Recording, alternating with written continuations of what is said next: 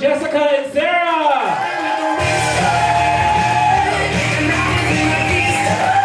Hey guys, you guys are such an awesome crowd. Hi Claire, how are ya? My name is Jessica. I'm in such a good mood. I just lost 5 pounds. Thank you so much. Cause I had pneumonia. Yes, I did. It's awesome. I basically know my goal weight when I appear recently hospitalized. My goal weight. Friends are like, have you been sick? I'm like, yes, thank you. I have been actually. I am what's known as a lipstick lesbian. And thank you. I don't love the term necessarily, but I really do enjoy being a feminine gay woman because people don't always expect that I'm going to tell them I'm a lesbian. So they have really funny reactions because they're kind of like caught off guard. So one time a client of mine asked what my husband did for a living, and I said, actually, my partner's a woman. And she went, well, I think you're very efficient and a nice person.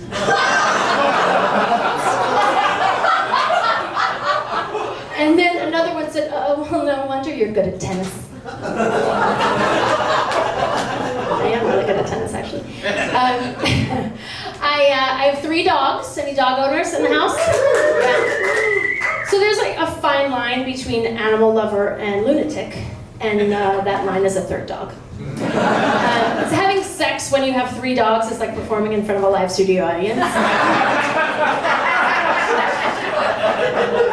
So I have one dog that likes to bark at like precisely the moment that my girlfriend is having an orgasm, which is so distracting for her, but it's so convenient for me because I can always tell if she's trying to fake. It's amazing. So she'll be like, yes, yes, and I'll be like, Meryl Streep, that's a really convincing performance, but I'm going to get the strap on because that fucking poodle was silent.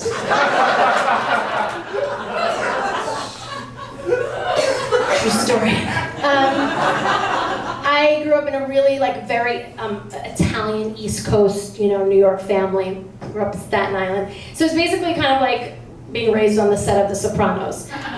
Probably very different than a lot of your upbringing. So as a kid, I'd be like, Uncle Angelo, tell me a story. And he'd be like, you want to hear a story, kid? Mary Poppins is a dyke. And if you want to know how I know that, just look at her fucking shoes. And that bag is made out of carpet.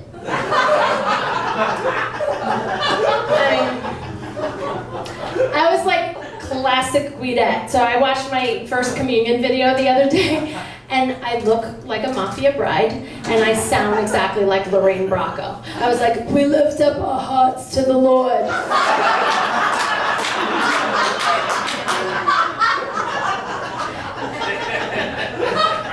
That's cute. Is there anybody watch Marie Kondo? Anybody into Marie Kondo? It's like a total phenomenon. I love Marie Kondo, but I also I watched the show and I was like, my mother's been doing this for years.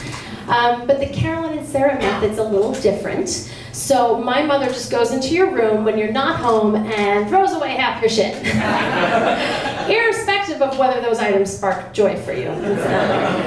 So I would really like to see Marie Kondo employ my mother's method because that show would be very different. She'd be like, okay, what do we have here? All right, this shot bring you joy because this shot make you look like a fat whore.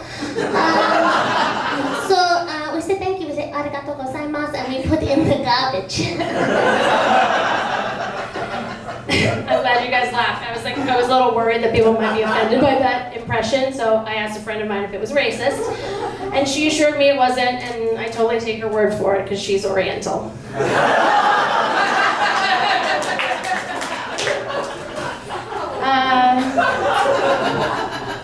My Asian friend's laughing. I got you. Dating is very difficult. I think we can all get behind this. Dating sucks at any age. But I have a friend whose mom is 92, and she's just started dating a dude that's 99, right? That's what I said. I was like, shit, I thought I had a tough dating. Could you imagine dating in your 90s? If you have a one-night stand, it's probably because one of you died in your sleep. I also know about dating that you will stay in a horrendous relationship if the person you're dating has a better place than you do. And I know this, sadly, because I once spent a year with a physically abusive alcoholic because she had a sweet houseboat in Sausalito that I loved. And I used to get up every morning, I used to go out on her deck with my coffee, and I just used to like look at the sunrise over the gorgeous bay and just think, oh, yeah, I had it coming. I mean, have you guys been to Sausalito? Gorgeous. When you wake up with someone like that, terrible, you always have that one LA friend that's like, oh my God, now we've got to burn sage everywhere. Like, we've got to get rid of all that bad energy. I want you to burn sage in every corner, every nook and cranny. And so now I have third-degree burns in my vagina. But I'm dating someone much nicer now. We've been together about like a year and a half, so it's still early. We're still a little shy around each other.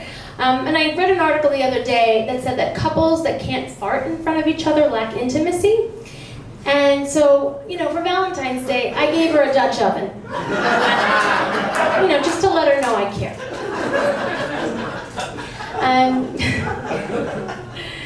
Oh, goodness gracious. She's a lot older than I am. She's 17 years older than I am. So I have a history of dating much older women, which of course my mother thinks she's responsible for. So my mother once said to me, so what is it? Was I too good a mother or wasn't I good enough? Yes.